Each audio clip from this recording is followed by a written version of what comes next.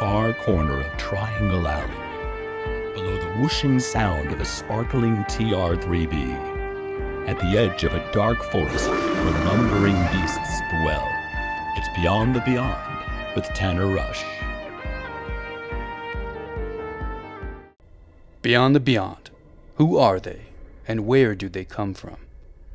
I have been immersed on and off in this world since I was 10 years old and had my own sighting over Lake Utica in the Sierra Nevada mountains.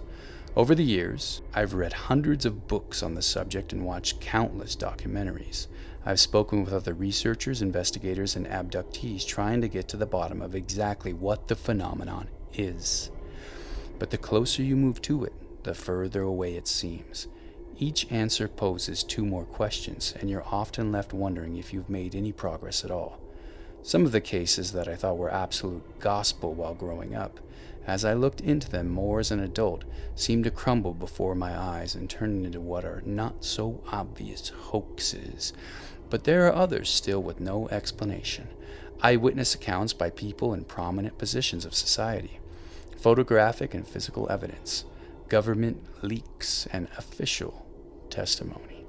After years of researching, I'm often left with the question, who are they? Many different types of supposed extraterrestrials have been documented over the last 80 plus years. I'll go over some now. The Greys. The earliest depiction of these creatures is perhaps from H.G. Wells' The Man of the Year Million, in which he described future humans as having no nose, no mouths, no hair, and large, round heads. Aleister Crowley famously drew a picture of a being he called Lamb, a creature he said was a preternatural entity whom he had contacted through ritual magic.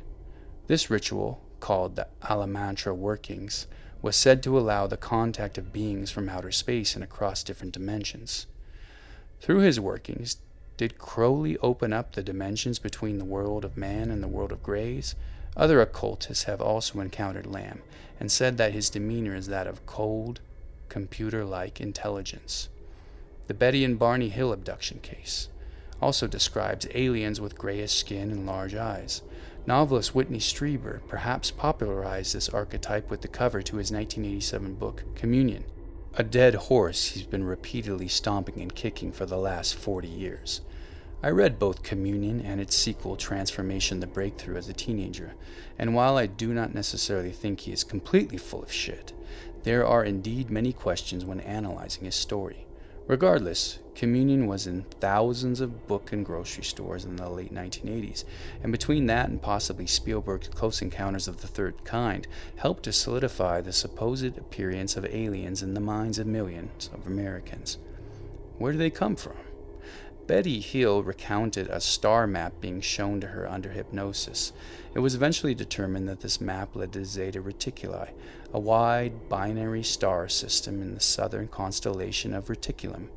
Bob Lazar claimed he was told in a meeting that the downed craft he supposedly worked on had come from that same star system. Aliens have claimed to be from all over the place, from the Pleiades to Mars to Venus to Sirius to Alpha Centauri. There is one problem with listening to any of these things that the beings have to say. They are liars. I spoke with an abductee once who claimed the aliens were here to try and make us more docile, that the human race was an aggressive, warmongering species that could not get its act together unless someone or something intervened. These gray-looking aliens received nutrients from sleeping in a vat, claimed to be part plant and part animal, and told the abductee that they served some higher master and were envious of man's freedom. They were a peaceful race, they said, just trying to make the world better. And the person I interviewed was convinced of this. The only problem this claim has is that, according to him, they would come in the middle of the night and rip him out of his bed, kicking and screaming. They could float through walls and take anyone with them, and he would wake up in a chair in a cold room hooked up to wires and other things, held in place by some unseen force, and frightened out of his mind. Now, I don't know about you, but that doesn't sound so peaceful to me. Another race of beings is called the Tall Whites. These seem to have originated from Charles Hall, a former U.S. Air Force weather observer who was stationed at Nellis Air Force Base in Indian Springs near Las Vegas, Nevada. Hall said he witnessed these beings working with the military, and that they were tall, with white hair, pale skin, and large eyes. He claimed to have many interactions with them over the course of the time he spent there. They had the ability to communicate telepathically, were extremely intelligent, and had advanced technology they were teaching humans how to use. Hall wrote books about them in a series called Millennial Hospitality, and continued to speak about them at various lectures and UFO conferences over the years. Hall claimed that they are from a nearby star system, although where exactly that is remains unknown. Evidently, they have been visiting Earth for quite a long time and monitoring human activity. Were they exchanging technology out in the vast spaces of the Southwest Desert, or perhaps collaborating on some plan kept secret from the rest of the world? Stay tuned for part 2. Have you seen something strange near Indian Springs?